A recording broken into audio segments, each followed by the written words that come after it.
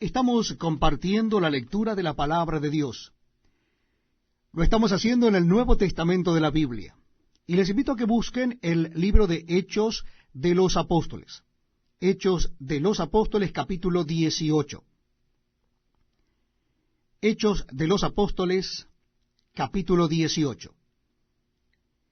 Dice la palabra de Dios: Después de estas cosas, Pablo salió de Atenas y fue a Corinto, y halló a un judío llamado Aquila, natural del Ponto, recién venido de Italia con Priscila su mujer, por cuanto Claudio había mandado que todos los judíos saliesen de Roma.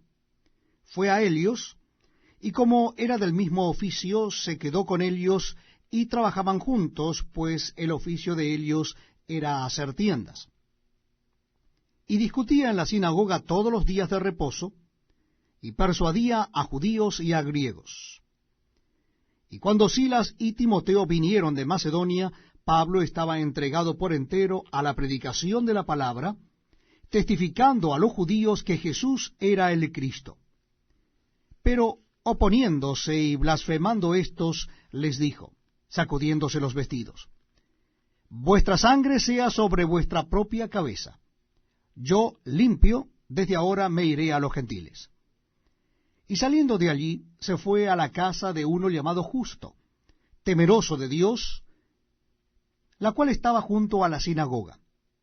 Y Crispo, el principal de la sinagoga, creyó en el Señor con toda su casa, y muchos de los corintios, oyendo, creían y eran bautizados.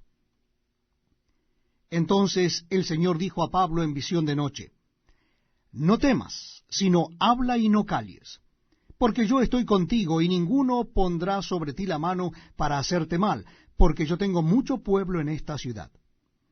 Y se detuvo allí 1 año y 6 meses, enseñándoles la palabra de Dios. Pero siendo Galión procónsul de Acaya, los judíos se levantaron de común acuerdo contra Pablo, y le llevaron al tribunal, diciendo: Este persuade a los hombres a honrar a Dios contra la ley. Y al comenzar Pablo a hablar, Galión dijo a los judíos: Si fuera algún agravio o algún crimen enorme, oh judíos, conforme a derecho yo os toleraría. Pero si son cuestiones de palabras y de nombres y de vuestra ley, vedlo vosotros, porque yo no quiero ser juez de estas cosas. Y los echó del tribunal. Entonces todos los griegos, apoderándose de Sóstenes, principal de la sinagoga, le golpeaban delante del tribunal, pero a Galión nada se le daba de ello. Mas Pablo, habiéndose detenido aún en muchos días allí, después se despidió de los hermanos y navegó a Siria, y con él Priscila y Aquila, habiéndose rapado la cabeza en Cencrea, porque tenía hecho voto.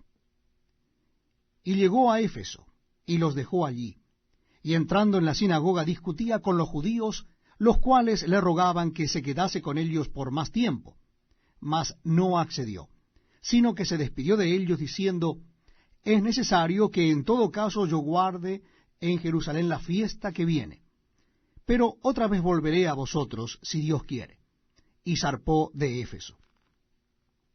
Habiendo arribado a Cesarea, subió para saludar a la iglesia y luego descendió a Antioquía.